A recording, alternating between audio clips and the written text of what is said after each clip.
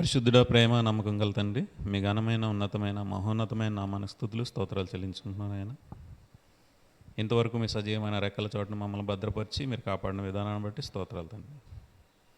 తండ్రి, మరో వారం తండ్రి మేము సంఘముగా కూడుకుని తండ్రి మిమ్మల్ని ఆరాధించుటకు, కీర్తించుటకు మీరు ఇచ్చిన సమయాన్ని బట్టి స్తోత్రాలు తండ్రి.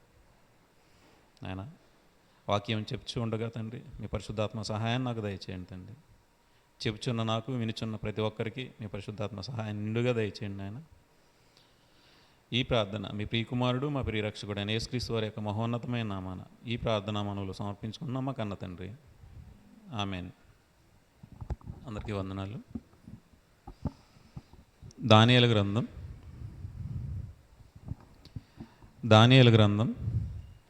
11వ అధ్యాయము. దానియేలు గ్రంథం 11వ అధ్యాయం 36వ వచనం.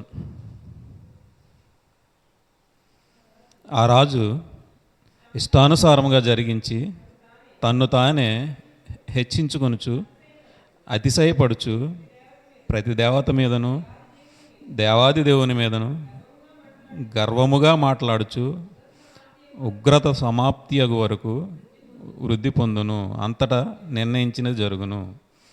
అతడు అందరికంటే ఎక్కువగా తన్ను తాను హెచ్చించుకును గనక తన పితరుల దేవతలను లక్ష్య పెట్టడు, మరియు స్త్రీల కాంక్షిత దేవతను కానీ ఏ దేవతను కానీ లక్ష్య పెట్టడు. అతడు తన పితరులు ఎరుగని దేవతను అనగా ప్రాకారముల దేవతను వారి దేవతకు మారుగా గనపరచును. బంగారును, వెండిను, విలువగల రాళ్లను, మనోహరమైన వస్తువులను అర్పించి ఆ దేవతను గనపరచును. మరియు ఈ కొత్త దేవతను ఆధారము చేసుకుని కోటలను, ప్రాకారమును కట్టించి నూతన విధముగా తన వారికి ఘనత కలగజేయను. దేశమును క్రయమునకు విభజించి ఇచ్చి అనేకుల మీద తన వారికి ప్రభుత్వం ఇచ్చును. తన పితరులు ఎరగని క్రొత్త దేవతని ఏం చేస్తున్నాడు? ఘనపరుస్తున్నాడు. ఈ దేవత ఎవరు?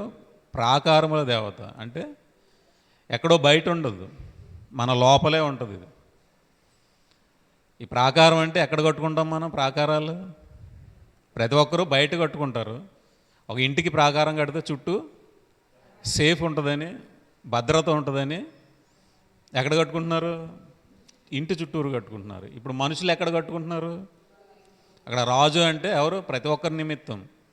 ఎవరైతే వాళ్ళు మనసుల్లో ప్రాకారాలు కట్టుకుంటారో ఎదుటివారి నిమిత్తం, ఎదుటివారు మన మీదకి రాకుండా కాచుకుంటూ ఉంటారు. ఒక ప్రాకారం కట్టుకుని నేను ఇంతవరకే ఉంటాను, ఎదుటివారు నా మీదకి రాకూడదు, నన్ను కాపాడుకుంటానని ఒక ప్రాకారం కట్టుకుని కూర్చున్నారు అంటారు. ఇంటి ప్రతి ఒక్కరైనా ఏమంటారు? చాలామంది ఎక్కడికి బయటికి రారు, కట్టుకుని కూర్చున్నారు అంటారు. ఏం కట్టుకున్నారు? లోపల ప్రాకారాలు కట్టుకుని కూర్చున్నారు. ఏ ప్రాకారం కట్టుకున్నారో వారికే తెలుసు. ఇక్కడ దేవుడి దగ్గరికి వచ్చేసరికి ఆ ప్రాకారాలు పని చేయు. దేవుడు కట్టిన ప్రాకారం మాత్రమే మనకి పనిచేస్తుంది.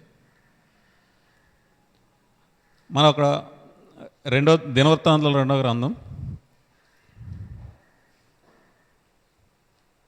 దేవుడు రాజుల్ని గణపరిచిన తర్వాత ఆ రాజులు ఎలా ప్రాకారాలు కట్టుకున్నారో, ఎలాగా వర్ధిల్లిన తర్వాత చెడిపోయారో మన దినవృత్తాంతాల 2వ గ్రంథం ఆసా గారి గురించి చూసుకుందాం. అక్కడ 15వ అధ్యాయం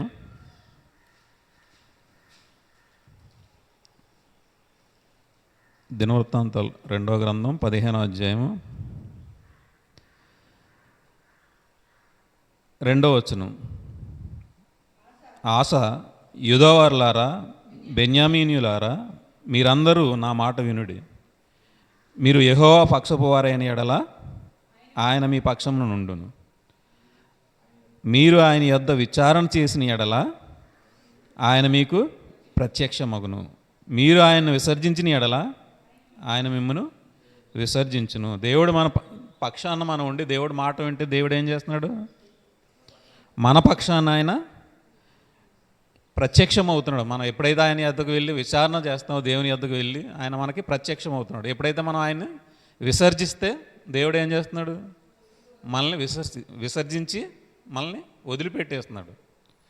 ఇక్కడ ఆసా గారికి తోడయండి దేవుడు అతన్ని వర్ధిల్లింపజేసి దేవుడు చెప్పినట్టు చేసాడని అతన్ని రాజ్యాన్ని స్థిరపరిచి దేవుడు అతనికి తోడై ఉన్నాడు.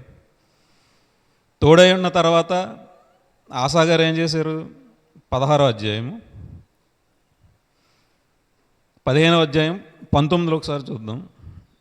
దేవుడు అతనికి కీర్తిచ్చి అతని రాజ్యాన్ని స్థిరపరిచిన తర్వాత ఆసా ఏలుబడి యందు 35 సంవత్సరం వరకు యుద్ధములు జరగలేదు. దేవుడి మీద ఎప్పుడైతే ఆనుకుని ఉన్నాడో ఆసా గారికి అక్కడ యుద్ధాలు జరగలేదు. 16వ అధ్యాయం మొదటి నుంచి. ఆసా ఏలుబడి యందు 36వ సంవత్సరమా ఇజ్రాయేల్ రాజైన బయేషా యూదావారి మీద దండెత్తి బయలుదేరి యూదా రాజైన ఆసా యొద్దకు రాకపోకలు జరుగుతున్నట్లు రామాను కట్టింపగా. అక్కడ బయేషా ఏం చేస్తున్నాడు? ఇరువురికి మధ్యలో యుద్ధం రాకుండా ప్రాకారాన్ని కడుతున్నాడు ఒక పట్టణాన్ని. ఇక్కడ దేవుడి మీద ఆనుకునే వారు ఏం చేస్తున్నారు? దేవుడి మీద ఆనుకోకుండా ఒక పట్టణాన్ని కట్టి వాళ్ళు ఇక్కడికి ఇక్కడ వాళ్ళు అక్కడికి వెళ్ళకుండా అడ్డుగా ఒక ప్రాకార పట్టణం కట్టుకుంటున్నారు. ఇక్కడ ఆధారపడవలసింది ఎవరి మీద? దేవుడి మీద. దేవుడి మీద ఆధారపడినప్పుడు, దేవుని యొక్క విచారణ చేసినప్పుడు దేవుడు వాళ్ళ పక్షాన్ని నుండి ప్రతి ఒక్కరికి ప్రత్యక్షత అనుగ్రహిస్తానంటున్నాడు. ఇక్కడ ఆసా గారు ఏం చేస్తున్నారు? 2వ వచనం. ఆసా యెహోవా మందిరం నందున్న రాజనగరం నందున్న బొక్కసములలోని వెండి బంగారంలో తీసి దమస్కులో నివాసం చేయు సిరియా రాజుకు బెన్హదదు నొద్దకు దూతల చేత పంపించి, నా తండ్రికి నీ తండ్రికి కలిగి ఉన్నట్లు నాకును నీకును సంధి కలిగి ఉన్నది. వెండిని బంగారం నీకు పంపి ఉన్నాను. ఇజ్రాయేల్ రాజైన బయేషా నన్ను విడిచి ఆవలికి పోవునట్లు నీవు అతనితో చేసి ఉన్న సంధిని భంగం చేయమని వర్తమానం చేశాను. ఇక్కడ ఏం చేశారు? దేవుని యొద్ద విచారణ చేయకుండా తనకున్న వెండి బంగారం చేత ఏం చేస్తున్నాడు? సిరియా రాజుకు పంపించి నీకు నాకు మీ తండ్రికి మా తండ్రికి ఉన్న సంధిని జ్ఞాపకం చేసుకుని నీకు బయాసికి ఉన్న సంధిని భగ్నం చెయ్యి, అతను నా ఎదురు ఉండకుండా పంపించి వేయని సిరియా రాజుకు ఆసాగా ఎప్పుడైతే పంపారో దేవుడు ఏమంటున్నారు అక్కడ? ఆ పంపినప్పుడు సిరియా రాజు ఇప్పుడు బయేషాని ఏం చేశారు? యుద్ధానికి వెళ్ళారు. అక్కడ బెన్హదదు 4వ వచనం. బెన్హదదు రాజైన ఆసా మాట అంగీకరించి తన సైన్యముల అధిపతులను ఇజ్రాయేల్ వారి పట్టణం మీదకి పంపగా వీరు ఈయోనును దానును అజెల్మాయిను నఫ్తాలి ప్రదేశంలోకి చేరి ఆ పట్టణంలోని కొట్లను కొలిపెట్టారు. ఆ కొల్లబెట్టిన తర్వాత ఆసా గారు ఏం చేస్తున్నారు? 6వ వచనం. అప్పుడు రాజైన ఆసా యూదావారిని అందరినీ సమకూర్చాను. వీరు పోయి బయేషా కట్టించుచుండిన రామాపట్టణపు రాళ్లను దూలమును తీసుకుని వచ్చిరి. వాటితో ఆసా గెబను మిస్పాను ప్రాకారముల పట్టణములను కట్టించాను, ప్రాకారపు పురములుగా కట్టించాను. ఇక్కడ బయేషా గారు కట్టించిన దాన్ని భంగపరిచి ఇతనేం చేస్తున్నాడు? మళ్ళీ ఇతను కూడా ప్రాకారాలే కట్టించుకుంటున్నాడు తప్ప దేవుని వద్దకు వెళ్ళి విచారణ చేయట్లేదు. ఇక్కడ ఏముంది? బయట లోపల ఉన్న ప్రాకారాలు, బయటికి ఏం చేస్తున్నారు వీళ్ళు? లోపల ప్రాకారాలు కట్టుకుంటున్నారు దేవునికి విరోధంగా, బయట తమను తాము రక్షించుకోవడానికి పట్టణాలు కట్టించుకుంటున్నారు, ప్రాకారములు గల పట్టణాలు కట్టించుకుంటున్నారు. అప్పుడు దేవుడు ఏమంటున్నారు? 7వ వచనం. ఆ కాలమందు దీర్ఘదర్శి అయిన హనాని యూదారాజు అయిన ఆసా యొద్దకు వచ్చి అతనితో ఇలాగ ప్రకటించాను, నీవు నీ దేవుడైన యెహోవాను నమ్ముకొనక సిరియా రాజును నమ్ముకుంటివే. సిరియా రాజు యొక్క సైన్యము నీ వశం నుండి తప్పించుకుని పోయాను. అంటే ఎవరిని నమ్ముకోలేదు? దేవుణ్ణి నమ్ముకోకుండా ఎవరిని నమ్ముకున్నారు? సిరియా రాజుని నమ్ముకున్నాడు. కాబట్టి దేవుడు ఏమంటున్నాడు? 8వ వచనం. బహు విస్తారమైన రథములను గుర్రపు రౌతులను కూషీయులను రూబీయులను గొప్పదని దండై వచ్చిరు కదా, అయినను నీవు యెహోవాను నమ్ముకొనినందున ఆయన వారిని నీ చేతికి అప్పగించింది. ఇక్కడ ఆసా గారు సిరియా రాజుని నమ్ముకుని వెళ్ళినా అతని మనసు ఎవరి మీద ఉంది? దేవుని మీద ఉంది. కాబట్టి దేవుడు అతన్ని ఏం చేశాడు? ఎవరైతే అతని మీద యుద్ధానికి వచ్చారో వారిని ఆసా చేతికి అప్పగించాడు. అయినా దేవుడు ఏమంటున్నారు అక్కడ? 9వ వచనం.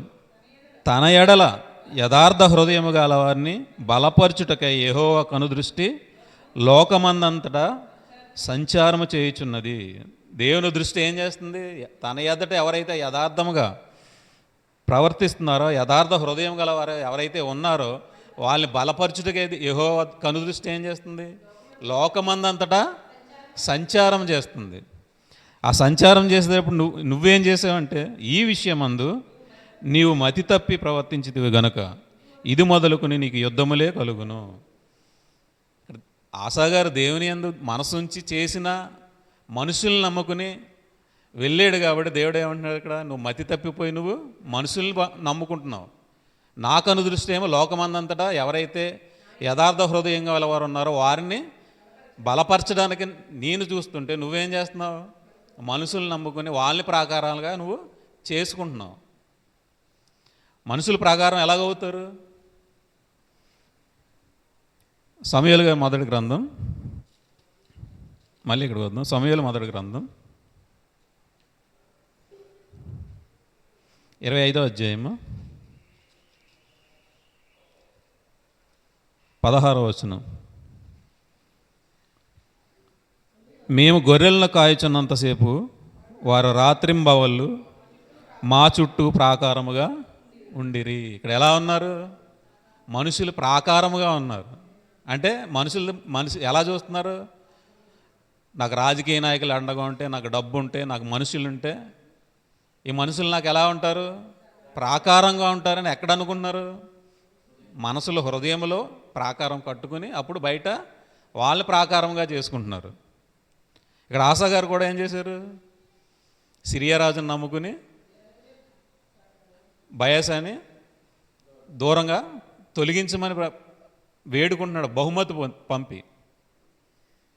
అక్కడ దేవుడు ఏమంటున్నారు? నువ్వు మనుషుల్ని నమ్ముకున్నావు, నా దృష్టి ఏమో లోకమందంతటా సంచారం చేసి యథార్థ హృదయం గల వారిని బలపరచుటగా నేను చూస్తుంటే నువ్వు వెళ్ళి మనుషుల్ని నమ్ముకుంటున్నావు.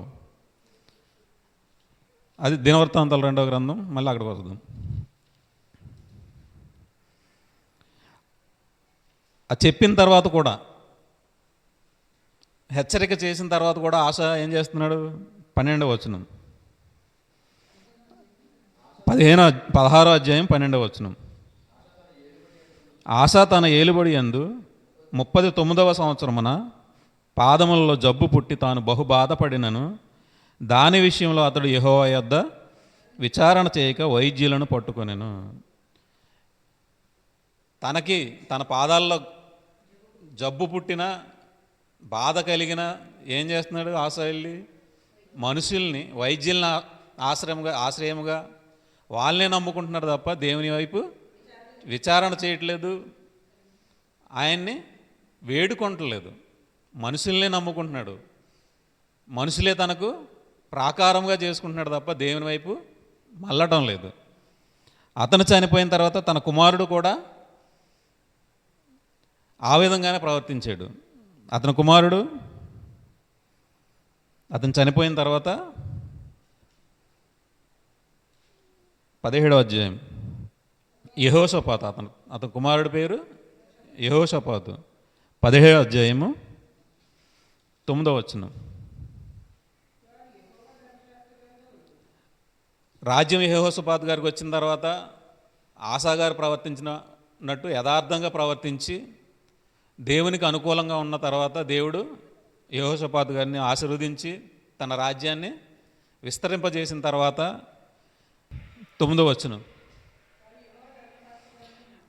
అక్కడ కొంతమందిని యాజకుల్ని తయారు చేసి, పెద్దల్ని తయారు చేసి ఏం చెప్తున్నారు? మీరు రాజ్యం అంతటా మీరు ఏం చేయాలి? దేవుని వాక్యాన్ని ప్రకటించండి అని అక్కడ పంపుతున్నారు. 9వ వచనం, వారు యెహోవా ధర్మశాస్త్ర గ్రంథమును చేతపుచ్చుకొని యూదావారి మధ్య ప్రకటన చేయొచ్చు, యూదా పట్టణములన్నిటను సంచరించుచు జనులకు బోధించిరి.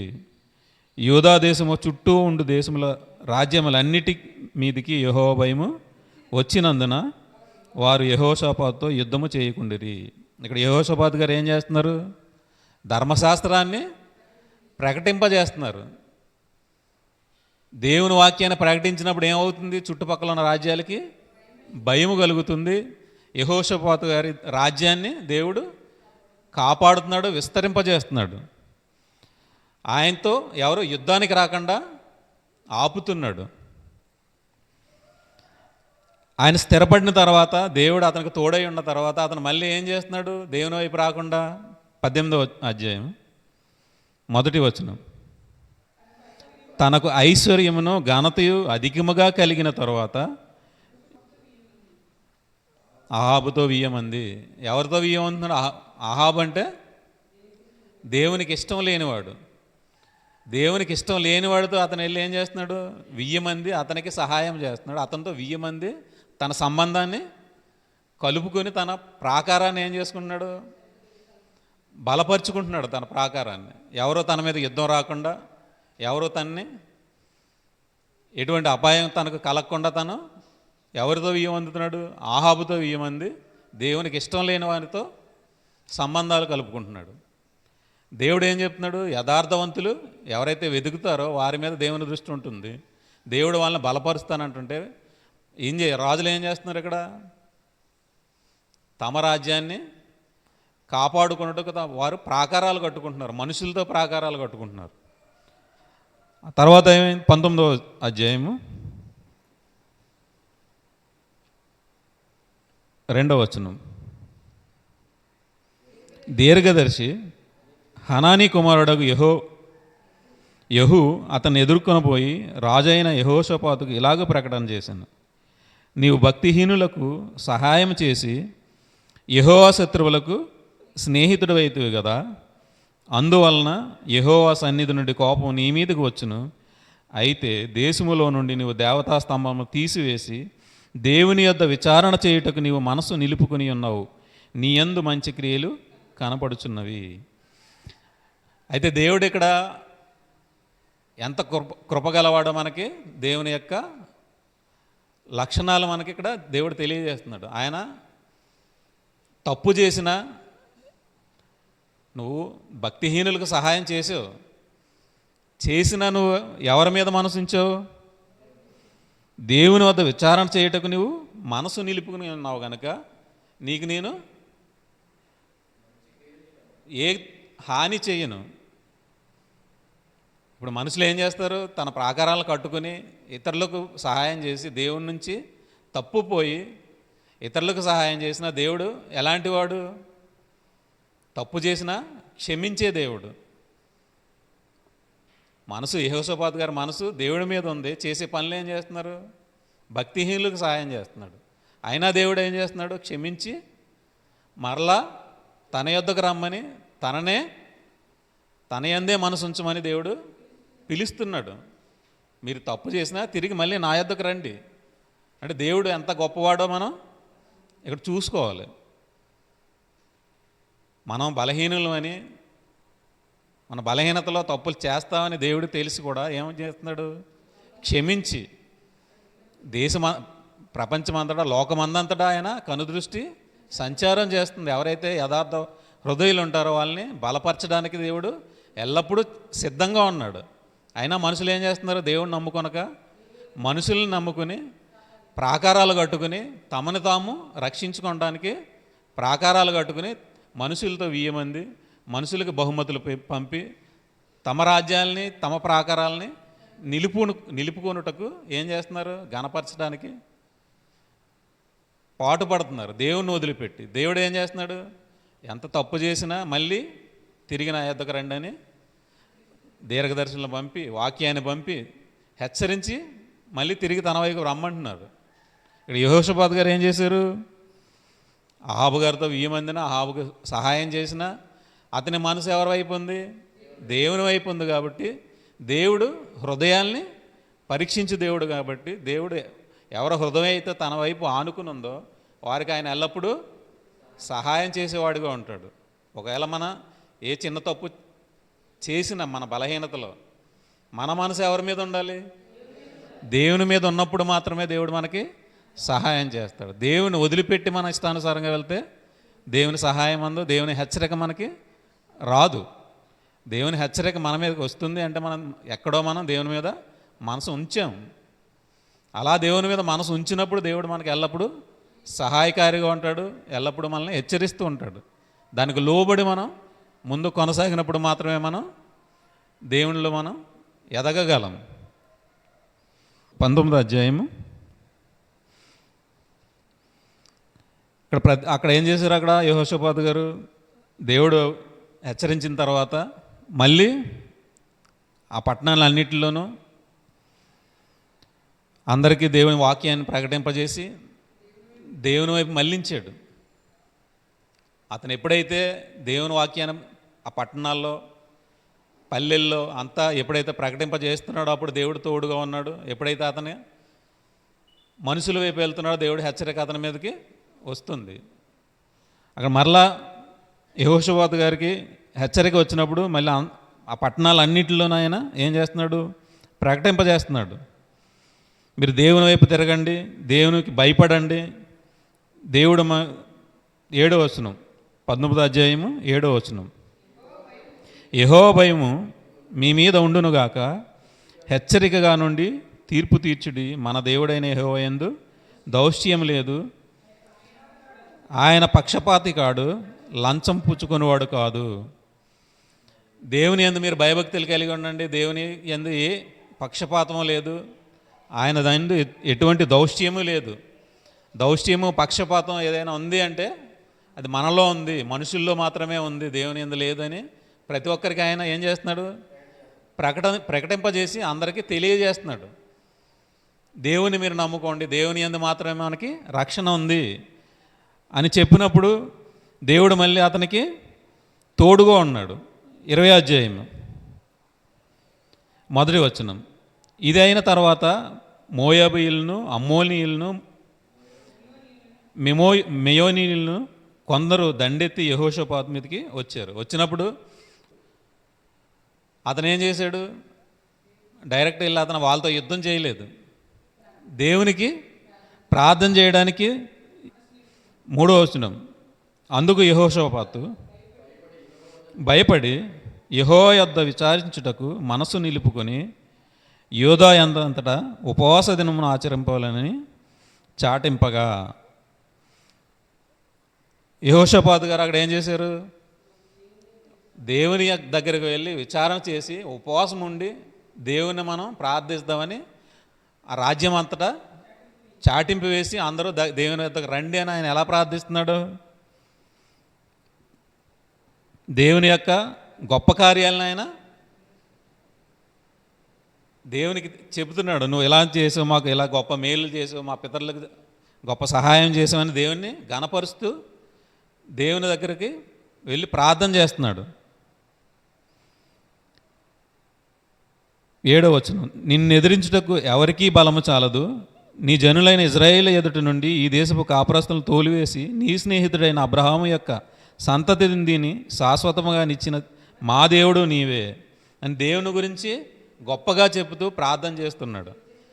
దేవుని చేసిన గొప్ప కార్యాలు, దేవుని చేసిన మేలులు అన్నీ జ్ఞాపకం చేసుకుని, దేవా నువ్వు నాకు మా అందరికీ నువ్వు ఎలా చేసావు, మమ్మల్ని ఐగుప్తు నుంచి తీసుకొచ్చావు, గొప్ప మేలు చేసి మాకు ఈ కనాను దేశాన్ని ఇచ్చావని దేవుని చేసిన మేలుని కొనియాడుచు కీర్తిస్తున్నాడు. కీర్తించి ఏం చేస్తున్నాడు? 12వ వచనం, మా దేవా నీవు వారికి తీర్పు తీర్చవా, మా మీదకి వచ్చి ఈ గొప్ప సైన్యముతో యుద్ధము చేయుటకు మాకు శక్తి చాలదు, ఏమి చేయుటకును మాకు తోచదు, నీవే మాకు దిక్కు అని ప్రార్థన చేశాడు. ఏం చేస్తున్నారు ఇక్కడ? నేను గొప్పవాడిని, నేను యుద్ధానికి వెళ్ళిపోతాను, నువ్వు నాకు తోడుండి అంటలేదు. ప్రభువా వచ్చే సైన్యం చాలా గొప్పది, మేము యుద్ధం చేయలేము, వాళ్ళతో యుద్ధం చేయడానికి మాకు శక్తి చాలదు, కాబట్టి నువ్వు ఏం చేయాలి?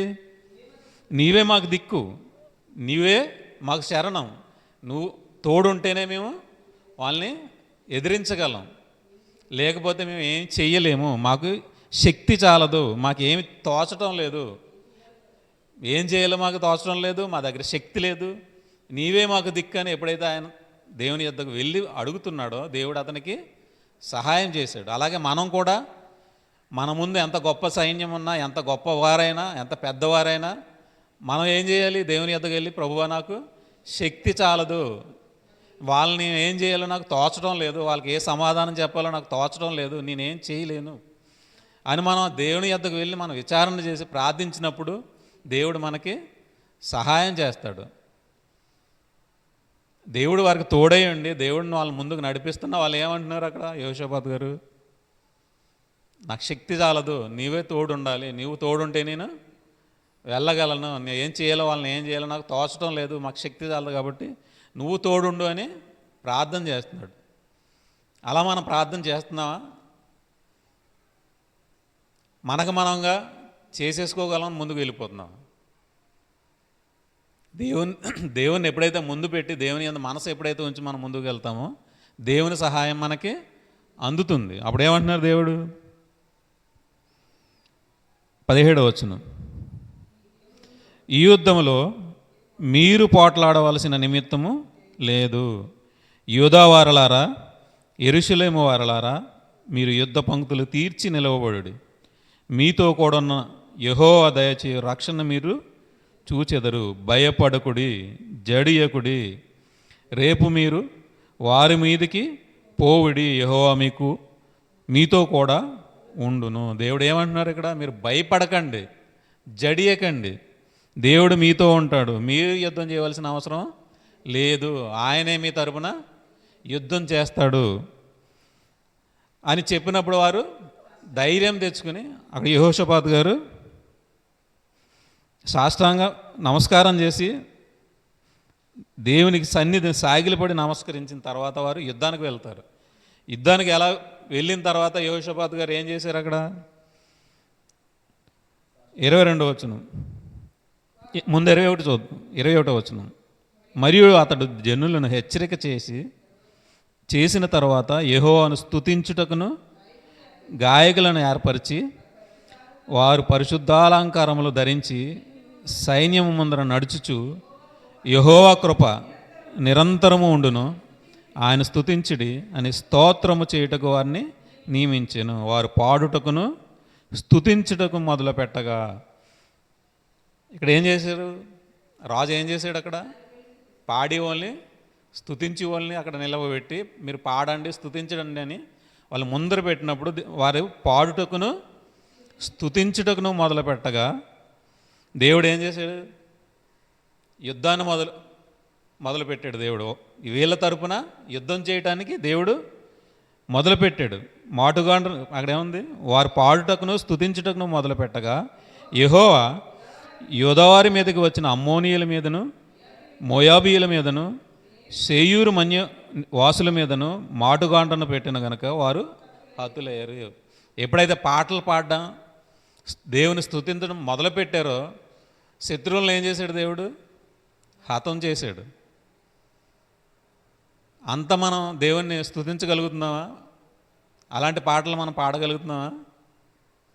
అదే విషయం కొత్త నిబంధనలో కూడా మనకి పౌలు గారు తెలియజేశారు. ఎఫెసీయులకు రాసిన పత్రిక 5వ అధ్యాయము 19వ వచనం, ఒకనికొకడు కీర్తనలతోనూ సంగీతములతోనూ ఆత్మ సంబంధమైన పాటలతోనూ హెచ్చరించుచు మీ హృదయములలో ప్రభువును గూర్చి పాడుచు కీర్తించుచు మన ప్రభు అయిన యేసుక్రీస్తు పేరట సమస్తమును గూర్చి తండ్రి అయిన దేవునికి ఎల్లప్పుడూ కృతజ్ఞతాస్తుతులు చెల్లించుచు క్రీస్తునందలి భయముతో ఒకరినొకడు లోబడి ఉండుడి. ఎల్లప్పుడూ ఎలా ఉండాలి, ఒకరితో ఒకడు కీర్తనలతోనూ సంగీతంతోనూ ఆత్మ సంబంధమైన పాటలతోనూ హెచ్చరించుచు మీ హృదయంలో ప్రభువును గూర్చి పాడుచు కీర్తించుడి. ఇప్పుడు ఎంతమంది మనం దేవుణ్ణి గూర్చి పాడుతున్నాం, దేవుని గురించి, ఆయన చేసిన మేలును గురించి, ఆయన ఘనతను గురించి మనం ఎంతమంది పాడుతున్నాం? మనం పాడే పాటలు ఆత్మ సంబంధంగా ఉంటున్నాయా? ఏ విధంగా ఆయన్ని చేసిన మేలును మనం కీర్తిస్తున్నాం, ఆయన యొక్క ప్రేమను కీర్తిస్తున్నాం.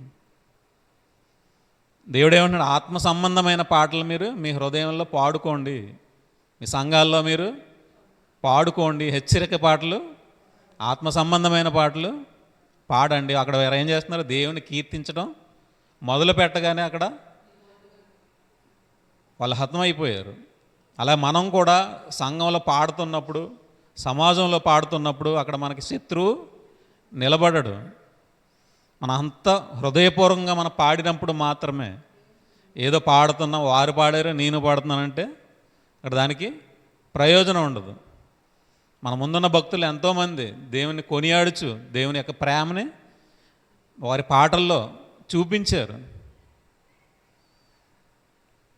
వాళ్ళ దేవుని ఎలా ప్రేమించారో, దేవుని యందు ఎలా మనసు ఉంచారో, వాళ్ళు చేసిన తప్పులకి ఎలా పశ్చాత్తాపడ్డారో ప్రతి పాటలోని వాళ్ళు చూపించి పాడారు. అలాంటి పాటలు పాడుతున్నామా, ముఖస్తుతి చేసే పాటలు పాడుతున్నామా? మనం పాడే పాట ప్రయోజనకరంగా ఉందా, నిష్ప్రయోజనంగా ఉందా? ఇప్పుడు ఎవరైనా ఒక పాట పాడుతుంటే దానికి కౌంటర్కి ఇంకో పాట పాడితే దానివల్ల ప్రయోజనం లేదు. మనం దేవుని యందు భయభక్తులు కలిగి పాట పాడాలి తప్ప ఎదుటి వారిని తక్కువ చేసే విధంగా పాట పాడటం దేవుడు దాన్ని అంగీకరించడు. దేవుడు అంగీకరించాలంటే ఒక పాట పాడుతున్నామంటే మనస్ఫూర్తిగా పాట పాడితే దేవుడు మనకి కార్యం జరిగిస్తాడు. అక్కడ దేవుడు కార్యం జరగాలి అంటే మన పాడే పాట అది హృదయపూర్వకంగా ఉండాలి, దేవుని స్తుతించేగా, దేవుణ్ణి కొనియాడేదిగా, దేవుని గణపరిచేదిగా, దేవుని యొక్క మేలుని మనం పొందిన మేలుకు కృతజ్ఞతగా మనం పాటలు పాడాలి. ఆయన్ని హెచ్చించాలి, పాటల్లో స్తుతించాలి, ఆయన కొనియాడాలి, ఆయన మహిమపరచాలి. అలాంటి పాటలు మనం పాడినప్పుడు దేవుడు మనకి తోడుగా ఉంటాడు. మనం వెళ్ళి యుద్ధం చేయవలసిన అవసరం లేదు. మన పాటల్లోనూ మన మాటల్లోనూ అది దేవుని వాక్యమై ఉండాలి, దేవుణ్ణి గణపరిచేదిగా ఉండాలి. మీరు పాటల్లోనూ ఆత్మ సంబంధమైన పాటలతోనూ హెచ్చరించుచు, అది హెచ్చరికగా ఉండాలి, అది ఆత్మ సంబంధంగా ఉండాలి. ఎదుటివారిని తృణీకరించేవారిగా, ఎదుటివారిని తీసివేసే దానిగా ఆ పాట ఉండకూడదు. దేవుని కొనియాడేగా, దేవుని కొనియాడాలి, దేవుణ్ణి స్తుతించాలి. అది సాటి సహోదరుడికి హెచ్చరికగా ఉండాలి, సాటి సహోదరుని దేవుని వైపు మళ్ళించేదిగా ఉండాలి. ఎలాంటి ప్రేమతో మనం ఆ పాట పాడుతున్నాం అనేది మనం చూసుకోవాలి. మన ప్రేమతో పాడుతున్నామా, మొక్కుబడితో పాట పాడుతున్నాం? అందరూ పాడుతున్నా నేను పాడుతున్నా అని పాట పాడకూడదు. మనం దేవుని స్తుతించేదిగా ఉండాలి, ప్రేమతో పాడాలి. వాళ్ళు ఏం చేస్తున్నారు అక్కడ? దినవృత్తాంతాలు 2వ గ్రంథం 20వ అధ్యాయము 22వ వచనం. వారు పాడుటకును స్తుతించుటకును మొదలుపెట్టగా, అలా హృదయపూర్వకంగా ఏం చేశారు? పాడడానికి, స్తుతించడానికి మొదలుపెట్టారు. దేవుడు చూసేది హృదయం కాబట్టి హృదయపూర్వకంగా ఎప్పుడైతే వాళ్ళు పాటలు పాడడం మొదలుపెట్టారో, ఆయన స్తుతించడం మొదలుపెట్టారో, అప్పుడు ఆయన యుద్ధం జరిపించేశాడు. వాళ్ళు హతమైపోయారు. 24వ వచనం. ఒకరిని ఒకరు చంపుకొనుటకు మొదలుపెట్టారు. వాళ్ళు ఏం చేశారు? చంపుకున్నారు. యుద్ధం వీళ్ళెవరూ చేయలేదు, ఒకరినొకరు చంపేసుకున్నారు వాళ్ళు. ఇప్పుడు కూడా మన మీదకి ఎవరైనా యుద్ధానికి వచ్చినా, మన శక్తి చాలకపోయినా, మన దేవుణ్ణి ప్రార్థించినప్పుడు, దేవుణ్ణి కొనియాడినప్పుడు, ఆయన పాటలు పాడుతూ, ఆత్మ సంబంధమైన పాటలు పాడుతూ మనం ముందు కొనసాగుతున్నప్పుడు దేవుడు మనకి సహాయంగా ఉంటాడు. మనం వెళ్ళి యుద్ధం ఎవరితోని చేయవలసిన అవసరం లేదు. యుద్ధం యెహోవాది, మనం అందులో సైనికులు. మీరు నిలబడి ఉండండి, యుద్ధ పంక్తులు తీరి మీరు నిలబడి ఉండండి, యుద్ధం నేను చేస్తానంటున్నాడు. ఇప్పుడు మనసు ఆయన మీద ఉంచినప్పుడు, నేనేదో చేస్తానో, నేనేదో పోరాడేస్తాను వెళ్తే అక్కడ ఏమీ చేయలేం, పారిపోవాలి తప్ప చేసేది ఏమి ఉండదు. అలాంటి యుద్ధం ఇప్పుడు మనం చేస్తున్నావా లేదనేది మనల్ని మనం పరీక్షించుకోవాలి.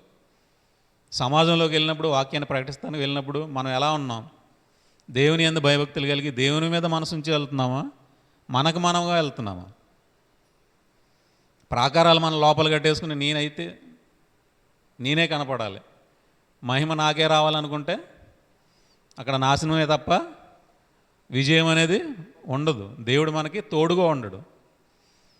కాబట్టి ఏం చేస్తున్నాడు ఇక్కడ? రాజు ప్రాకారాలు కట్టుకొని తన వారిని ప్రభుత్వం చేసేలాగా వాళ్ళందరికీ ఏర్పాటు చేస్తున్నాడు. తన ప్రాకారాలు కట్టేసుకుని ఎవరికి అవకాశం, దేవుడి మీద కూడా తను తాను హెచ్చించుకుంటున్నాడు. అలాంటి వారుగా ఈరోజు ఎంతమంది ఉన్నారో మనల్ని మనం విమర్శించుకోవాలి. మనం అలా ఉన్నామా? మన ప్రాకారాలు అంటే పెద్ద పెద్ద ప్రాకారాలు కాకపోయినా ఇప్పుడు ఏం చేస్తున్నారు ప్రతి ఒక్కరూ? లోపల ఉన్న భయాలు, మీరు భయపడకుడి జడియుకుడి, నేను మీకు తోడుగా ఉన్నాను అంటున్నాడు. ఇప్పుడు ఎదుటివారి మాటలు నా మీద రాకుండా నేను ఏదైనా కట్టుకుంటే అది కూడా తప్పే. ఇప్పుడు ఎవరో ఏదో అంటారని మనం భయపడి మనం ప్రాకారం కట్టేసుకుంటే దేవుడు మన వైపు చూడడు. దేవుడు ఎల్లప్పుడూ మనకి తోడుగా ఉండి మనల్ని ముందుకు నడిపించేవాడుగా ఉంటాడు తప్ప మనల్ని తక్కువ చేసేవాడుగా ఉన్నాడు. మీ తల వెంట్రుకలో ఒక్కటైనను నశింపదు. మన యేసుక్రీస్తు వారి మనం ఉన్నప్పుడు ఆయన్ని రాజ్యసువార్తలో మన పాలిభాగస్తులే మనం ముందుకు వెళ్తున్నప్పుడు ఆయన ఎల్లప్పుడూ మనకి తోడుగా ఉంటాడు. ఒక్క తల వెంట్రుకైనా మీకు నశించదు, మీరు భయపడకండి అంటున్నాడు. కీర్తనల గ్రంథం 31వ అధ్యాయము 2వ వచనం. నాకు నీ చెవి యొగ్గి నన్ను త్వరగా విడిపించుము, నన్ను రక్షించుటకు నాకు ఆశ్రయశైలముగాను ప్రాకారము గల ఇల్లుగాను ఉండుము. ఎలా ఉండమంటున్నాడు భక్తుడు? ప్రభువా నీవు నాకు ప్రాకారము గల ఇల్లుగా ఉండు, నీవే నాకు ప్రాకారంగా ఉండు, నన్ను రక్షించు అంటున్నాడు. మనం ఎవరిని ప్రాకారంగా చేసుకుంటున్నాం? మనకున్న సమస్యలనా, మనకున్న భయాలనా, మనకున్న ఇబ్బందులనా? మనకున్న ఇబ్బందులను బట్టి, మనకున్న ఆశలను బట్టి మనం ఏం చేసుకుంటాం? కొన్ని ప్రాకారాలు కట్టేసుకుంటాం. దీని నుంచి మేము బయటకు వెళ్ళలేం, ఇదే నన్ను భయపెడుతుందని అక్కడ కట్టుకు కూర్చుంటాం. దేవుడు ఏమన్నాడు? దాన్ని విడిచిపెట్టరండి, ఆ ప్రాకారాలు మీరు కట్టుకోకండి. ఎరుకోగోళ్ళు ఏమైపోయినాయి? ప్రాకారాలు దేవుని నామాన్ని అవి కూలిపోయినాయి. ఎంత పెద్ద ప్రాకారం అయినా దేవుని నామంలో అది కూలిపోతుంది. సాతాను కట్టే ఆ ప్రాకారాలన్నీ ఏమైపోతాయి? దేవుడి నామంలో అవి కూలిపోతాయి. దేవుడే మనకి ప్రాకారంగా ఉండాలి తప్ప మనుషులు మనకి ప్రాకారంగా ఉండకూడదు. మనుషుల్ని మనం నమ్ముకుంటే నాశనానికి వెళ్ళిపోతాము. వాళ్ళు ఎంత మాత్రం మనల్ని రక్షించలేరు. మన ఆస్తి కానీ, మనుషులు కానీ, మన కీర్తి కానీ ఏది ఉగ్రత మనం అక్కరకు రాదు. అది దేవుడు మాత్రమే మనకి తోడై ఉంటాడు. సామెతల గ్రంథం 18వ అధ్యాయము 11వ వచనం. ధనవంతునికి వాని ఆస్తి ఆశ్రయపట్టణము, వాని దృష్టికి అది ఎత్తైన ప్రాకారము. ధనవంతునికి వాళ్ళ ఆస్తి ఏమవుతుంది? ఒక ఎత్తైన ప్రాకారంగా ఉంటుంది. అదే వాడిని కాపాడుతుంది, అదే వాడిని రక్షిస్తుందని వాడు ఏం చేస్తున్నాడు? దాన్నే నమ్ముకుని ఆ ప్రాకారాలు కట్టుకుని అందులో కూర్చుంటున్నాడు. దేవుని వైపు వారు చూడడం లేదు. వాడు ప్రభుత్వాలు చేసి వాళ్ళు తన వారికే అధికారాన్ని ఇస్తున్నాడు, తన వారికే ప్రభుత్వాన్ని ఇచ్చి వాళ్ళని ఏలమని తన ప్రాకారం కట్టుకుని ప్రాకారము దేవతని నమ్ముకుంటున్నాడు. అంటే దేవత అనేది లోపల ఉంది. తన ఆస్తే తనకి ప్రాకారం, ఎత్తైన ప్రాకారము. మనిషికి ఏదవుతుంది ప్రాకారం? తన ఏదైతే నమ్ముకుంటున్నాడో, ఒక మనిషికి అహంకారము ప్రాకారం అవుద్ది, తన బలహీనత ప్రాకారం అవుతుంది. తన బలహీనతల్లో కూడా దేవుణ్ణి నమ్మలేడు. తనకున్న ఆస్తి వల్ల కూడా దేవుని వైపు తిరగలేడు. అదే ప్రాకారంగా పెట్టుకున్నప్పుడు ప్రతి మనిషి ఏమైపోతున్నాడు? దేవునికి దూరం అయిపోతున్నాడు. దేవుడు నా వైపు తిరగండి అని ప్రతి ఒక్కరికి దేవుని వాక్యాన్ని ప్రకటిస్తున్నాడు. యెహోషాపాతు ఏం చేశారు? అతను ప్రకటించినంత వరకు, దినవృత్తాంతం 2వ గ్రంథం, దేవుని గురించి ప్రకటించి దేవుని సన్నిధిలో ఉండి దేవుని మీద మనసు ఉంచుకున్నప్పుడు దేవుడు అతనికి ఎప్పుడు తోడుగా ఉన్నాడు. దేవుని వదిలిపెట్టి ఎప్పుడైతే తన మీద తను ఆధారపడి మనుషుల వైపు చూసి స్థిరపడిన తర్వాత 34వ వచనం, 35 చూద్దాం. 35వ వచనం. ఇది అయిన తర్వాత యోధారాజు అయిన యెహోషాపాతు మిక్కిలి దుర్మార్గంగా ప్రవర్తించిన ఇజ్రాయేలు రాజైన అహజ్యాతో స్నేహము చేసెను. ఇక్కడ ఏమైంది? యుద్ధానికి వెళ్ళిన తర్వాత దేవుడు అతనికి తోడుగా ఉండి వాళ్ళు ఎప్పుడైతే పాటలు పాడి దేవుని మహింపరిచారో దేవుడు యుద్ధంలో వాళ్ళని ఓడించాడు. ఓడించిన తర్వాత 25వ వచనంలో యెహోషాపాతు అతని జనులు వారి వస్తువులను దోచుకుంటూ దగ్గరకు రాగా ఆ శవముల యొద్ద విస్తారమైన ధనమును ప్రశస్తమైన నగలను కనపడెను. వారు తమకిష్టమైనంత మటుకు తీసుకుని తాము కొనిపోగలిగినంత కంటే ఎక్కువగా ఒలుచుకుంది. కొల్ల సొమ్ము అతి విస్తారమైనందున దాన్ని కూర్చుకుంటకు 3 దినములు పట్టెను. ఎప్పుడైతే ఈ సొమ్మునంతా వాళ్ళు తీసుకుని విస్తారమైన సొమ్ముని తీసుకున్న తర్వాత వాళ్ళు ఏమవుతారు? ధనవంతులు అయిపోయారు. కాబట్టి వాళ్ళు స్థిరపడ్డారు. స్థిరపడిన తర్వాత మళ్ళీ ఇప్పుడు యెహోషాపాతు ఏం చేస్తున్నాడు? మిక్కిలి దుర్మార్గంగా ప్రవర్తించిన అహజ్యాతో వ్యాపారం మొదలు పెడుతున్నాడు. ఎప్పుడైతే నాకు శక్తి చాలదు, నేను యుద్ధం చేయలేను, నువ్వే నాకు తోడు అని దేవుణ్ణి బతిమాలుకుని దేవుని యొద్ద ప్రార్థించి దేవుని దయను పొందుకున్నవాడు ఏం చేస్తున్నాడు? డబ్బు వచ్చిన తర్వాత, రాజ్యం స్థిరపడిన తర్వాత మళ్ళీ అహజ్యాతో స్నేహం చేస్తున్నాడు. వ్యాపారం మొదలుపెట్టాడు. ఏ ప్రకటన అయితే రాజ్యం అంతా ప్రకటించాలో, ప్రజలకు దేవుని వాక్యాన్ని తెలియజేయాలో అది వదిలిపెట్టి ఏం చేస్తున్నాడు? స్థిరపడిన తర్వాత వ్యాపారం మొదలుపెట్టి వాడాలు చేయటం మొదలుపెట్టాడు. దేవుడు ఏం చేశాడు అక్కడ? 37వ వచనం, అప్పుడు మారేషవాడును దోదావాహు కుమారుడు నగు ఎలియేజరు నీవు అహజ్యాతో స్నేహం చేసుకుంటూ కనుక యెహోవా నీ పనులను భంగము చేయనని యెహోషాపాతు మీద ప్రవచనం ఒకటి చెప్పాను. ఆ వాడలు తర్షీషునకు వెళ్ళజాలకుండా బద్దలైపోయాను. దేవుని నమ్ముకోకుండా మనం ఏ వ్యాపారం చేసినా ఏం చేసినా అది నాశనానికే వెళ్ళిపోతుంది. యెహోషాపాతు దేవుని వాక్యాన్ని ప్రకటించినంతసేపు ఏమైంది? అతని రాజ్యం స్థిరపడ్డది. అతను ధనవంతుడయ్యాడు. దేవుని సహాయం అతనికి అందింది.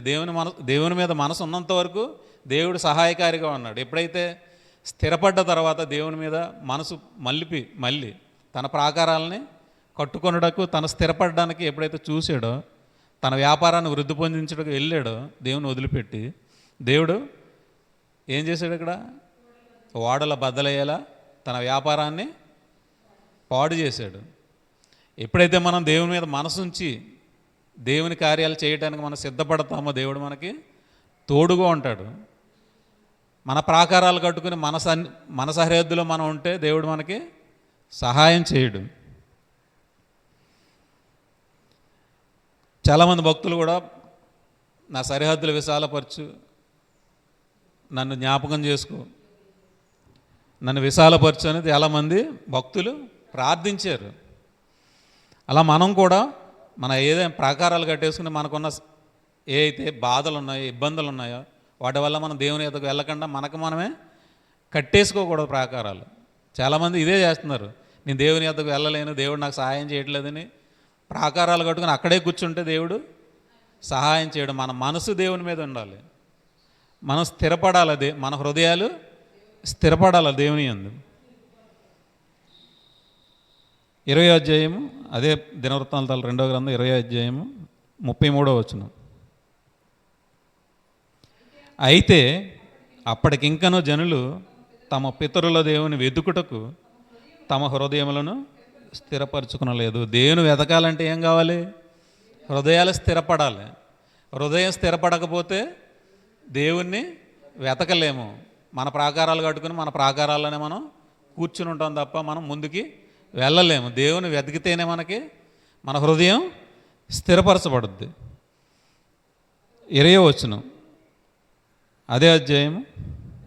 అంతటా వారు ఉదయమును లేచి తికోవ అరణ్యమునకు పోయిరి. వారు పోవుచుండగా యెహోషాపాతు నిలువబడి, యోధావారులారా, యెరూషలేము కాపస్తులారా, నా మాట వినుడి, మీ దేవుడైన యెహోవాను నమ్ముకునుడి, అప్పుడు మీరు స్థిరపరచబడుదురు. ఎప్పుడు స్థిరపరచబడతారు?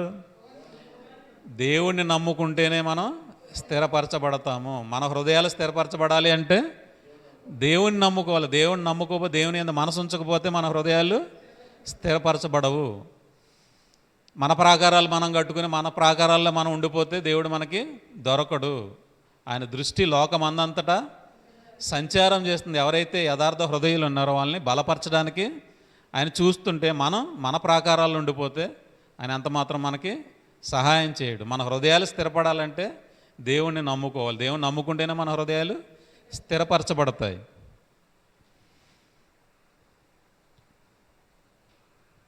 యోహాను సువార్త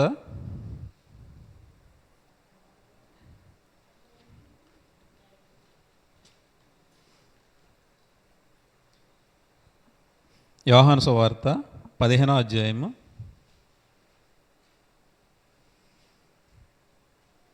12వ వచనం. నేను మిమ్మల్ని ప్రేమించిన ప్రకారము మీరు ఒకరినొకడు ప్రేమించవలననేదే నా ఆజ్ఞ.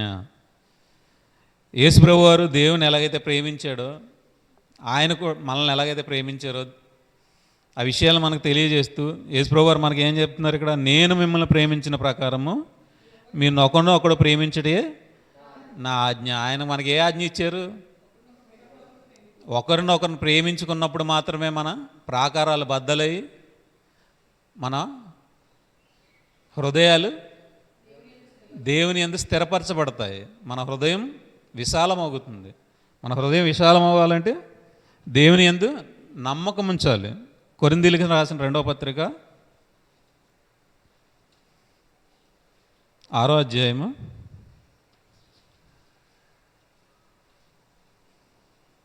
13వ వచనం. మీ ఎడల మాకున్న అంతఃకరణమునకు ప్రతిఫలముగా మీరు మీ హృదయములను విశాలపరచుకునుడి.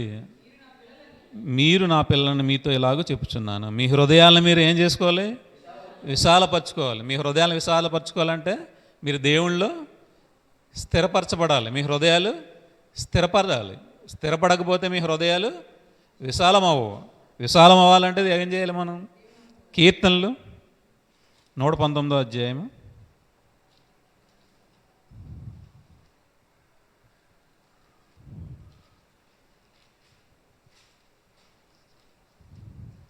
119వ అధ్యాయము 32వ వచనం. నా హృదయమును నీవు విశాలపరిచినప్పుడు నేను నీ ఆజ్ఞల మార్గమును పరుగెత్తెదను. ఎవరు మనల్ని మన హృదయాలను విశాలపరచాలి? దేవుడు మన హృదయాలను విశాలపరిచినప్పుడు నేను ఆజ్ఞల మార్గాన్ని పరిగెత్తెదను. దేవుడు మన హృదయాల్ని విశాలపరిచినప్పుడు మాత్రమే మనం ఆయన ఆజ్ఞల్లో పరిగెత్తుతాం. దేవుడే మన హృదయాల్ని విశాలపరచగలడు. మనకు మనముగా ఏమీ చేయలేము. అక్కడ యెహోషాపాతు గారు ఏం ప్రార్థన చేశారు? మాకు శక్తి చాలదు, మాకు ఏమీ తోచడం లేదు, మేమేమీ చేయలేము, నీవే మాకు దిక్కు అని మనం ప్రార్థించినప్పుడు, మన మనసు ఆయన యందు ఉంచినప్పుడు, ఆయన నమ్ముకున్నప్పుడు మన హృదయాలు స్థిరపరచబడతాయి. అని మన హృదయాల్ని విశాలపరుస్తాడు. యేసుప్రభువు వారు మనకి ఇచ్చిన ఆజ్ఞ, నీ సహోదరులను ప్రేమించు. సహోదరులను ప్రేమించినప్పుడు మాత్రమే మనకి మన హృదయాలు విశాలపరచబడతాయి. సహోదరులను ప్రేమించడంలోనే దేవుడు మనకి స్థిరత్వం ఇచ్చాడు.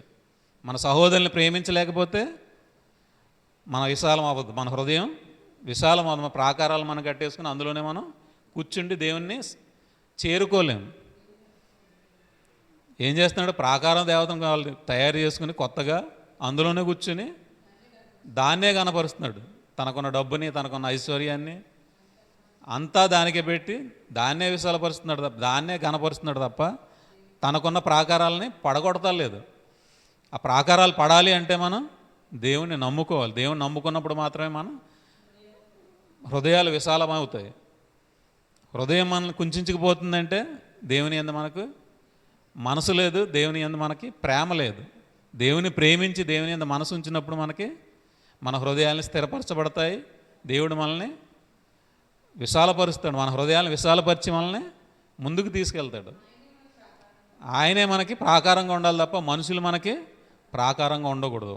మనుషులను నమ్ముకుంటే మనం నాశనానికే జారిపోతాం. యాకోబు పత్రిక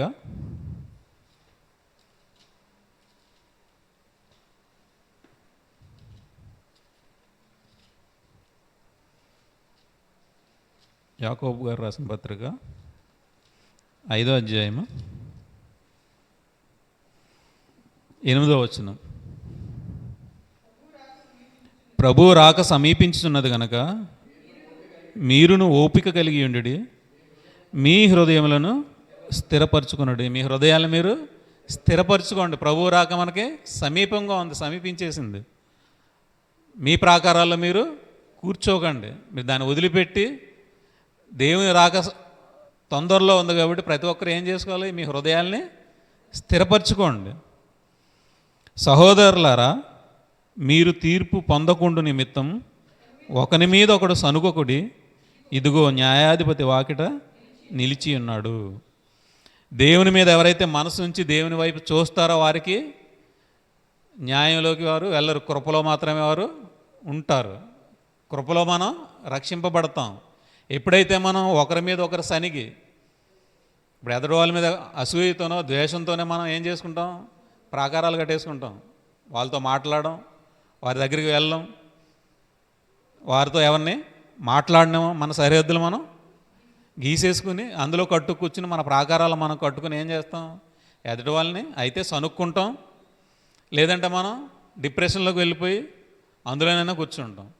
నాకు అది లేదు, ఇది లేదు, దేవుడు నాకు అది చేయలేదని. దేవుడు ఎప్పుడు చేస్తాడు? దేవుని నమ్ముకున్నప్పుడు, ఆయన మీద మనసు ఉంచినప్పుడు ఆయన మనకి సహాయం చేస్తాడు. ఒకవేళ తప్పులో పడ్డా ఆశా గారిని కానీ యెహోషాపాతుని కానీ ఏం చేశాడు? మీకు మనసు దేవుని యందు ఉంది కాబట్టి మిమ్మల్ని వదిలిపెడుతున్నానని పాత నిబంధనలని చెప్తే, కొత్త నిబంధనకు వచ్చేసరికి మన ఆయన కృపలో మనం బ్రతుకుతున్నాం. మరింత నిశ్చయంగా ఆయన మనల్ని కాపాడుతున్నాడు కదా అని మనం పాపం చేయకూడదు. యేసుక్రీస్తు వారు ఏదైతే ఆజ్ఞ ఇచ్చారో, మీ సహోదరుల్ని ప్రేమించండి, మీరు సనుగుకోకండి, ఒకరి మీద ఒకరు సనక్కండి. సనిగితే మీకు న్యాయాధిపతి తన పని తను చేసుకెళ్ళిపోతాడు. వాకిటి నిలిచి ఉన్నాడు, న్యాయం అమలైపోద్ది అక్కడ. ఆయన రక్షించగలడు, శిక్షించగలడు. కాబట్టి మనం న్యాయాధిపతి చేతిలో మనం పడిపోకూడదు. తిమోతి గారికి రాసిన 2వ పత్రిక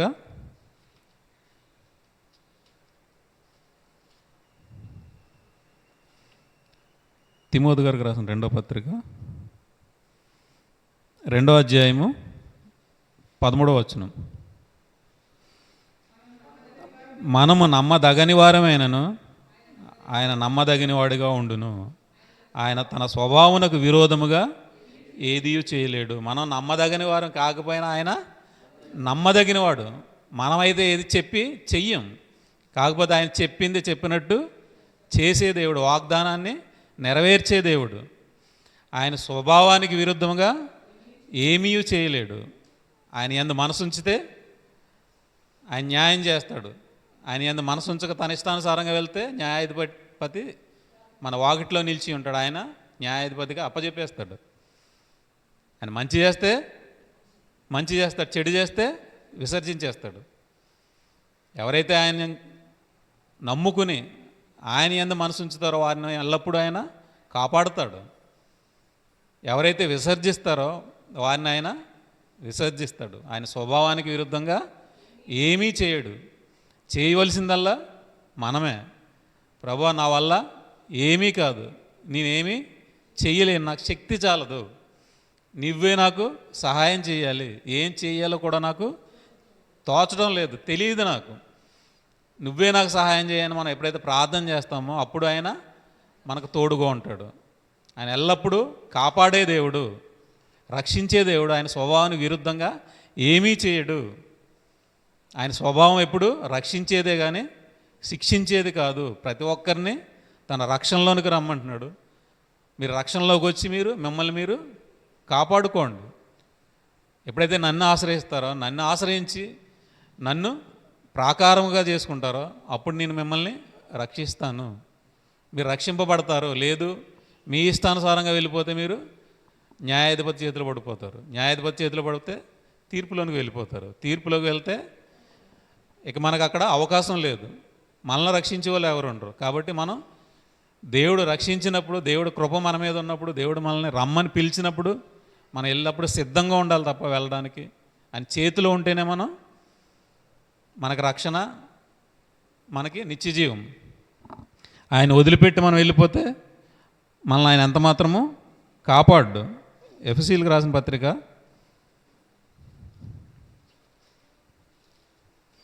1వ అధ్యాయము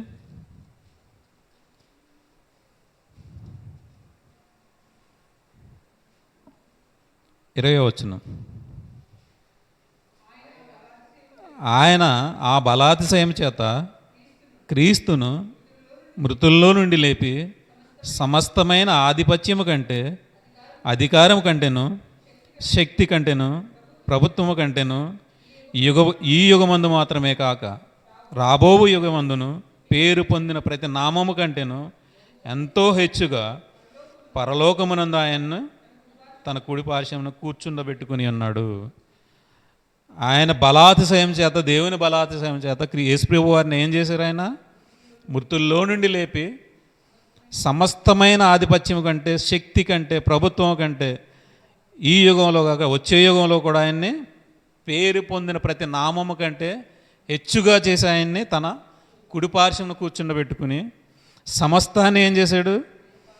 మరియు సమస్తమును ఆయన పాదముల కింద ఉంచి, సమస్తాన్ని, ఈ సృష్టిలో ఉన్న సమస్తాన్ని ఆయన పాదముల కింద ఉంచాడు. ఏది ఆయన ముందు నిలవబడదు. ఆయన పాదముల కింద ఉంచి ఏం చేశాడు? సమస్తం పైనే ఆయన సంఘమునకు శిరస్సుగా నియమించాను. సంఘానికి శిరస్సుగా నియమించి సమస్తాన్ని ఆయన పాదముల కింద పెట్టాడు. సంఘంలో మనం ఎలాంటి వారు? అవయవాలు. మనం, మీరు సంఘంలో ఉన్న అవయవాలని దేవుడు మనల్ని పోల్స్తున్నాడు. ఇప్పుడు మన పాదాలు ఉన్నాయి, మన పాదాల కింద ఉంది అది. ఈ లోకంలో ఉన్న సమస్తం ఎక్కడుంది? క్రీస్తు శిరస్సు అయితే, మనం అవయవాలు అయితే, మన పాదాల కింద ఏముంది?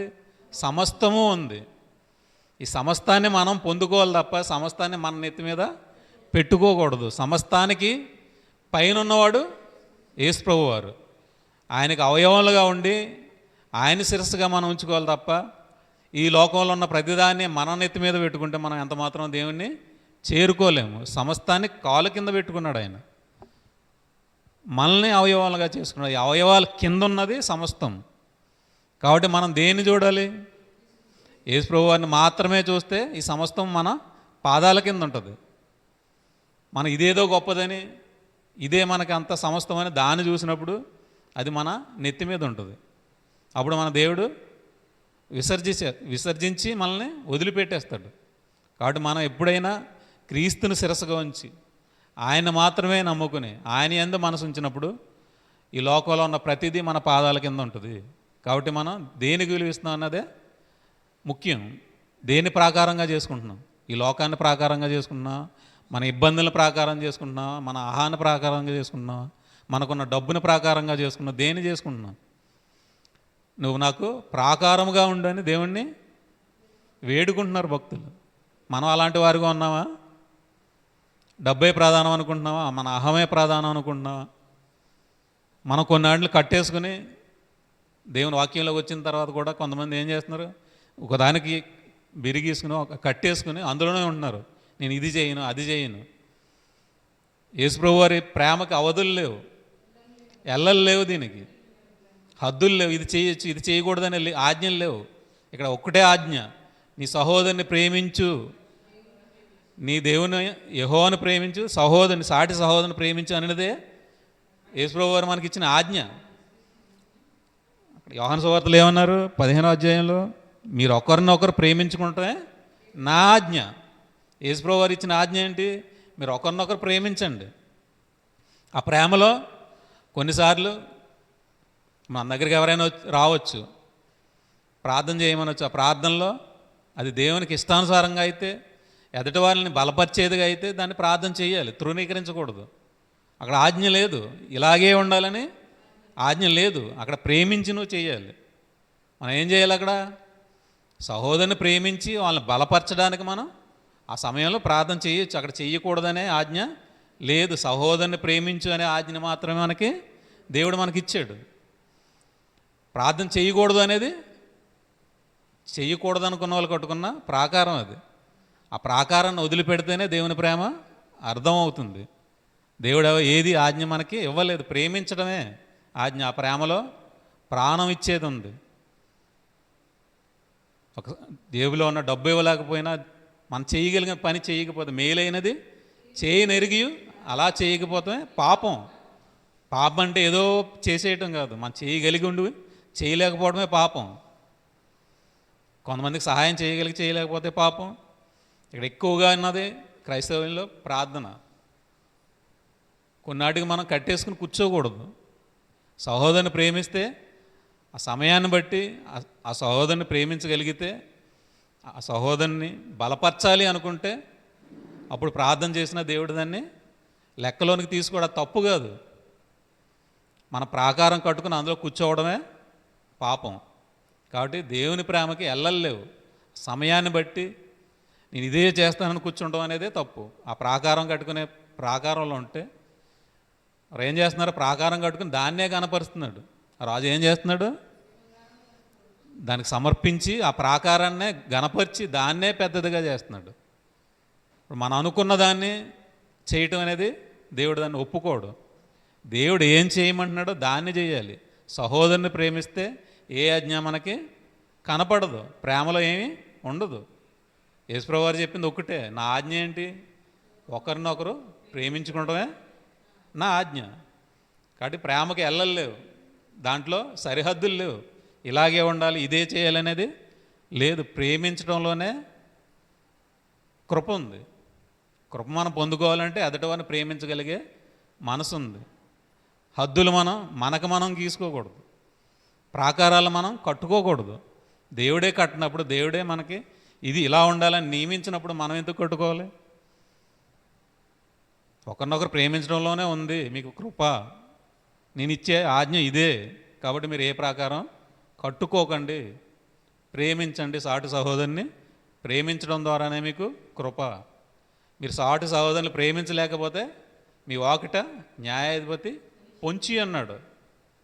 మీరు న్యాయాధిపతి చేతిలో పడిపోతారు ప్రేమించలేకపోతే. కాబట్టి ప్రతి విషయంలో మనం దేవుడి మీద ఆధారపడి వెళ్ళాలి. మన హృదయాల్ని విశాలపరిచేది దేవుడు మాత్రమే. ఆయన యందు మనం మనసు ఉంచి ఆయన నమ్ముకుని ఉన్నప్పుడు మన హృదయాలు స్థిరపరచబడతాయి. మనం ఏదో గీత గీసుకుని ఆ గీతలో కూర్చుంటే అది మన తప్పు. దేవుడు అలాంటి గీతలు గీయలేదు.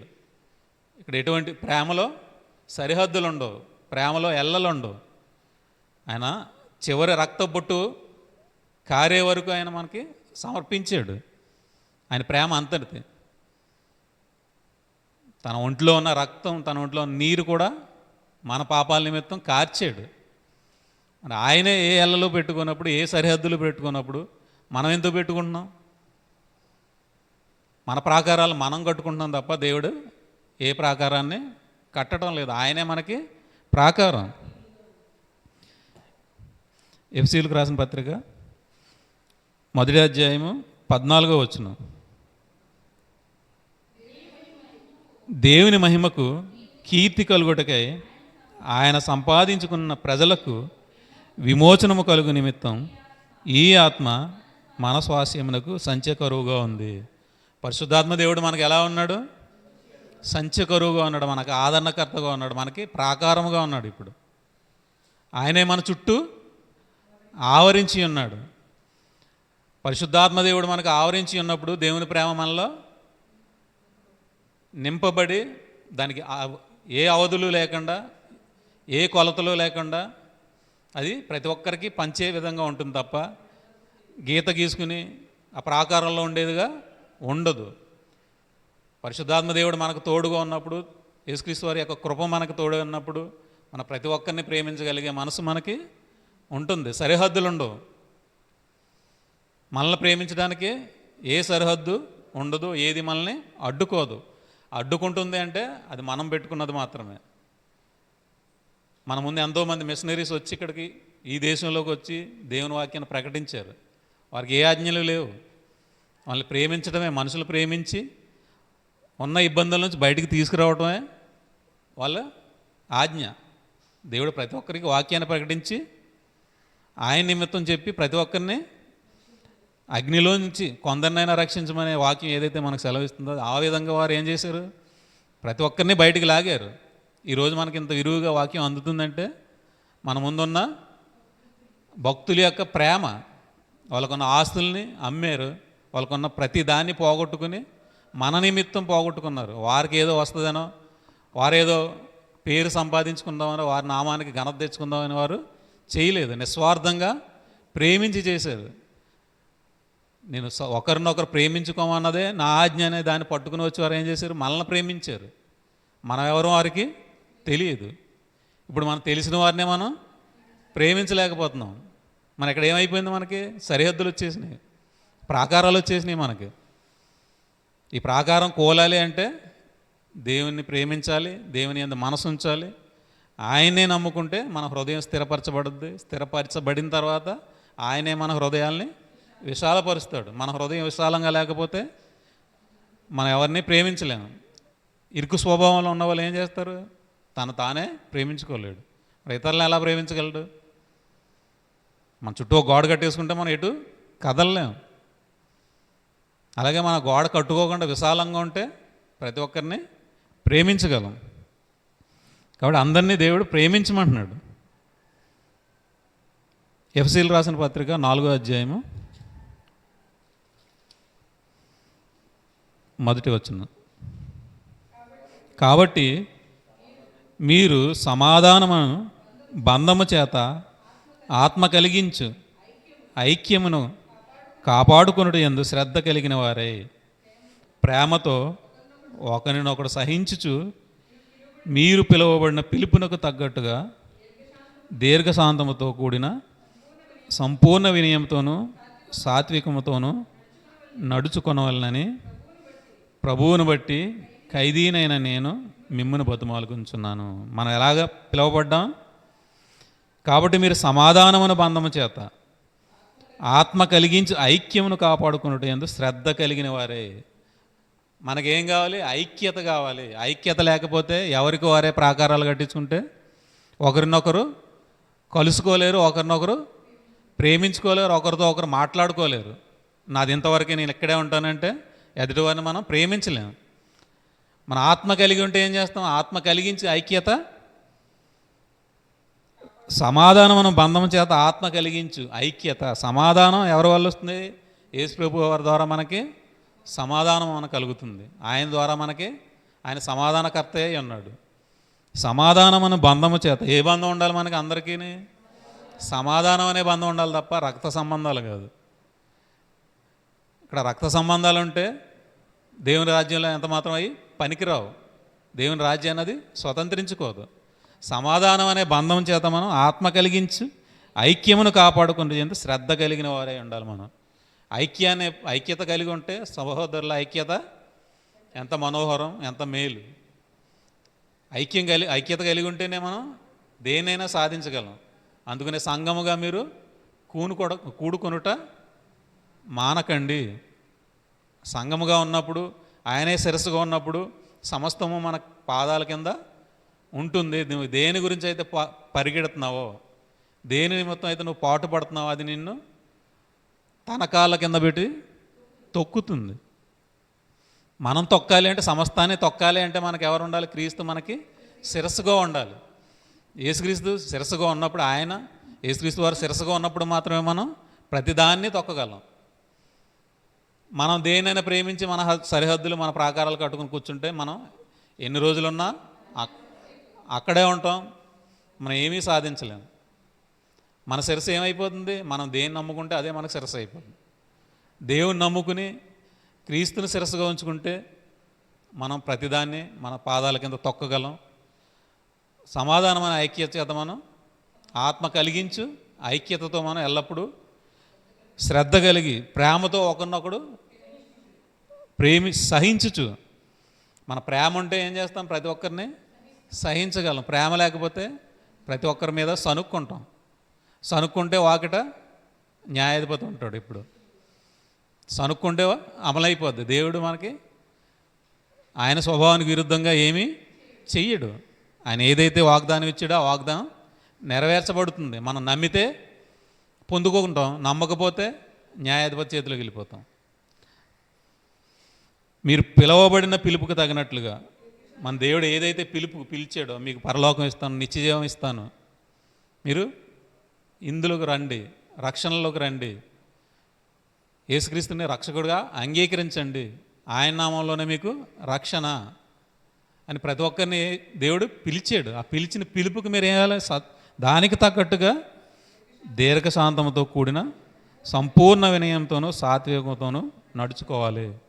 మీరు ప్రతి ఒక్కరి ఎడల సాత్వికంతో ఉండాలి, దీర్ఘశాంతంతో ఉండాలి, సంపూర్ణ వినయంతో ఉండాలి. ఎదుటివారిని సనుక్కుని, ఎదుటివారిని ద్వేషించి, ఎదుటివారిని తక్కువగా చూసి మాట్లాడితే దేవుడు దాన్ని ఎంత మాత్రమో అంగీకరించడు. దాన్ని ఆల్రెడీ ఎక్కడ పెట్టేశాడు? న్యాయాధిపతి చేతిలో పెట్టేశాడు. ఆయన కృపలో బ్రతికితే మనకి నిత్యజీవం. యేసుప్రభువు వారు మనకి ఇచ్చిన ఆజ్ఞ ఒకటే, ఒకరినొకరు ప్రేమించుకోండి. ప్రేమించుకుంటే మీ హృదయాలు విశాలపరచబడతాయి. దేవుడు మిమ్మల్ని కాపాడుతాడు, సమస్తాన్ని మీ పాదాల కింద ఉంచుతాడు, మీకు నిత్యజీవము అనుగ్రహిస్తాడు. మృతుల్లో నుండి లేపిన యేసుక్రీస్తుని ఆయన ఎలాగైతే లేపాడో మనల్ని కూడా అలాగే లేపడానికి ఆయన సమర్థుడు. తన బలాతిశయం చేత యేసుప్రభువు వారిని ఎలాగైతే లేపాడో మనల్ని కూడా అలా లేపుతాడు. ఇప్పుడు ఆయన యందు మనసు ఉంచి మన హృదయాల్ని స్థిరపరచుకున్నప్పుడు, ఆయన నమ్ముకుని ఉన్నప్పుడు, మన ఈ లోకంలో దేనైనా నమ్ముకుని దాని ప్రకారంగా చేసుకుంటే వాకిట న్యాయాధిపతి ఉన్నాడు. న్యాయాధిపతి చేతిలోకి వెళ్ళిపోతే మనకి నిత్యనాశనం, తీర్పులోకి వెళ్ళిపోతాం. కాబట్టి ఏ ప్రాకారాన్ని అయితే నమ్ముకుని దాన్ని గణపరిచి దాని గురించి మన డబ్బంతా వేయపరుస్తామో, ఎవరైతే వేయపరుస్తారో వారు న్యాయాధిపతి చేతిలో వెళ్ళిపోతారు. దేవుణ్ణి నమ్ముకుని దేవుని పని అంటే వాక్యాన్ని ప్రకటించినంత వరకు యెహోషాపాతు తన రాజ్యాన్ని, యుద్ధాలు లేవు, నెమ్మదిగా ఉన్నాడు, ఐశ్వర్యమును ఘనత వచ్చింది అతనికి. ఎప్పుడైతే స్థిరపడ్డాడో దేవుని వాక్యాన్ని వదిలిపెట్టేశాడు. వాక్యాన్ని ప్రకటించినంత వరకు అతనికి ఎటువంటి ఇబ్బంది లేదు, దేవుడు తోడుగా ఉన్నాడు. అలాగే ఇప్పుడు కూడా మనకి వాక్యాన్ని ప్రకటించి వాక్యానుసారంగా బ్రతికినంత వరకు మనకి దేవుడు ఎల్లప్పుడూ తోడుగానే ఉంటాడు. యేసుప్రభువు వారు మనకి తోడుగా ఉంటారు. ఆయన కృప ఎల్లప్పుడూ మన మీద ఉంటుంది. ఆయన నీతి ఎల్లప్పుడూ మనల్ని కాపాడుతుంది. ఆయన రక్తంలో కడగబడ్డ మనం, ఆయన నీతిలో మనం ఎల్లప్పుడూ ఆయన సన్నిధిలో ఉండాలి. ఆయన్ని వదిలిపెట్టి మనం ఎప్పుడైతే వదిలిపెట్టి ముందుకు వెళ్ళిపోతాం, ముందుకు కొనసాగుతామో ఆయన తోడు మనకి ఉండదు. యెహోషాపాతు ఎలాగైతే వ్యాపారాల్లోకి వెళ్ళిపోయాడో ఇప్పుడు కూడా అదే జరుగుతుంది. నెమ్మది వచ్చిన తర్వాత దేవుడిని నమ్ముకుని ఆయన వాక్యాన్ని ప్రకటించి నేను చాలా చేశాను అని, నేను నెమ్మదిస్తాను అని ఇంట్లో కూర్చుంటే మన ఆలోచనలు ఎటువైపు వెళ్తాయి? వ్యాపారాల వైపు వెళ్తాయి. అందుకనే పౌలు గారు ఏమన్నారు? బ్రతికితే క్రీస్తు, చావు అయితే లాభం. నేను బ్రతుకున్నంత వరకు ఆయనే ప్రకటిస్తాను, చనిపోతే నేను దేవుడి దగ్గరికి వెళ్ళిపోతాను. రెండే ఆప్షన్లు. ఒకటి బ్రతుకున్నంత వరకు ఆయన ప్రకటించాలి, యేసుక్రీస్తు వారిని ప్రకటించాలి, చనిపోతే ఆయన సన్నిధిని ఉండాలి. రెండే. వేరే ఏదైనా అది కీడికే కారణం, కీడులోకి తీసుకెళ్ళిపోతుంది. వ్యాపారంలోగా తన ఇష్టానుసారంగా వెళ్ళిపోవడం. ఆయన ప్రకటిస్తేనే మనం బ్రతుకుతాం. ఆయన ప్రకటించకుండా మన సొంత పనులు చేసుకుంటే తీర్పులోనికి వెళ్ళిపోతాం. స్థిరపడ్డ తర్వాత చెడిపోయే అవకాశాలు ఎక్కువ ఉంటాయి. కీర్తి వచ్చిన తర్వాత ఇంకా చెడిపోతారు ఎక్కువ. మన బైబిల్లో మనకు దేవుడు మన ముందుంచాడు. ఆయన్ని మనకు బుద్ధి కలగడానికి ఆయన్ని రాసి పెట్టాడు, రాయించి మనకి ఇచ్చాడు. అదేదో మనం తప్పులు పడతాక దేవుడు మనకు రాయించలేదు, మనకు బుద్ధి కలగడానికి ఇచ్చాడు. వాళ్ళు అలా తప్పు చేశారు, వీళ్ళు ఇలా తప్పు చేశారని మనం వారిని తప్పు పట్టకూడదు. ఆ తప్పును మనం సరిదిద్దుకోవాలి. వాళ్ళు మనుషులే కాబట్టి వాళ్ళు చేసిన తప్పులు మనం చేసే అవకాశం ఉంది కాబట్టి దేవుడు మన ముందుంచాడు వాటిని. కాబట్టి వాటిని అన్నిటినీ మనం సరిదిద్దుకుని దేవుని పక్షాన మనం పోరాడినప్పుడు దేవుడు మనకి తోడుగా ఉంటాడు. కాబట్టి మనం ప్రతి విషయంలో మనల్ని మనం పరీక్షించుకుని దేవుని యందు మనసుంచి స్థిర హృదయం కలిగి మనం ముందుకు కొనసాగితే దేవుడు ఎల్లప్పుడూ మనకి తోడుగా ఉంటాడు. ఈ విషయాలు మీ హృదయాల్లో ఉంచుకుని ఆ విధంగా నడుస్తారని దేవుని పేరట మీకు ఈ విషయాలన్నీ మీకు తెలియజేసి ఆ విధంగా బ్రతుకుతారని, మీ హృదయాల్లో అవన్నీ స్థిరపడాలని కోరుకుంటూ ఈ నా మాటలు ముగిస్తున్నాను. ప్రార్థన చేసుకుందాం. పరిశుద్ధుడ, ప్రేమ, నమ్మకం గల తండ్రి, మీ ఘనమైన, ఉన్నతమైన, మహోన్నతమైన నామానికి స్తుతులు, స్తోత్రాలు చెల్లించుకుంటున్నాను. నాయన మా హృదయాల్లో తండ్రి ఎటువంటి ప్రాకారాలు కట్టుకోకుండా, ఎటువంటి సరిహద్దులు పెట్టుకోకుండా తండ్రి మీ యందు మనసు ఉంచి మీ చిత్తాన్ని నెరవేర్చడానికి మీ పరిశుద్ధాత్మ సహాయాన్ని మాకు ఎల్లప్పుడూ దయచేయండి నాయన. తండ్రి మీ ఎదటి వారి మీద ఎవరి మీద సనుక్కొనక, ఎవరి మీద అసూయపడక ప్రతి ఒక్కరిని ప్రేమించగలిగే మనసును మా అందరికీ దయచేయండి తండ్రి. యేసుక్రీస్తు వారు మాకు ఇచ్చిన ఆజ్ఞ, ఒకరినొకరు ప్రేమించటే నేను ఇచ్చిన ఆజ్ఞను ఆయన మాకు సెలవిచ్చారు నాయన. ప్రతి ఒక్కరిని ప్రేమించగలిగే మనసును మాకు దయచేయండి. తండ్రి మా వల్ల అయితే ఏమీ కాదు నాయన. తండ్రి మాకు శక్తి చాలదు నాయన, ఏం చేయాలో కూడా మాకు తెలియదు తండ్రి. సహాయం చేయండి, కృప చూపండి నాయన. నా ప్రతి విషయంలో తండ్రి మీ మీద ఆధారపడి బ్రతకడానికి మాకు కృప దయచేయండి నాయన. మీ పరిశుద్ధాత్మ సహాయాన్ని మాకు ఎల్లప్పుడూ దయచేయండి నాయన. విన్న వాక్యాన్ని తండ్రి ప్రతి ఒక్కరు హృదయాల్లో ఫలింపజేయండి, సహాయం చేయండి నాయన. గ్రహించగలిగే శక్తిని ప్రతి ఒక్కరికి దయచేయమని యేసుక్రీస్తు వారి పేరట ఈ ప్రార్థన మనలో సమర్పించుకున్నాం మా కన్న తండ్రి. ఆమేన్. అందరికీ వందనాలు.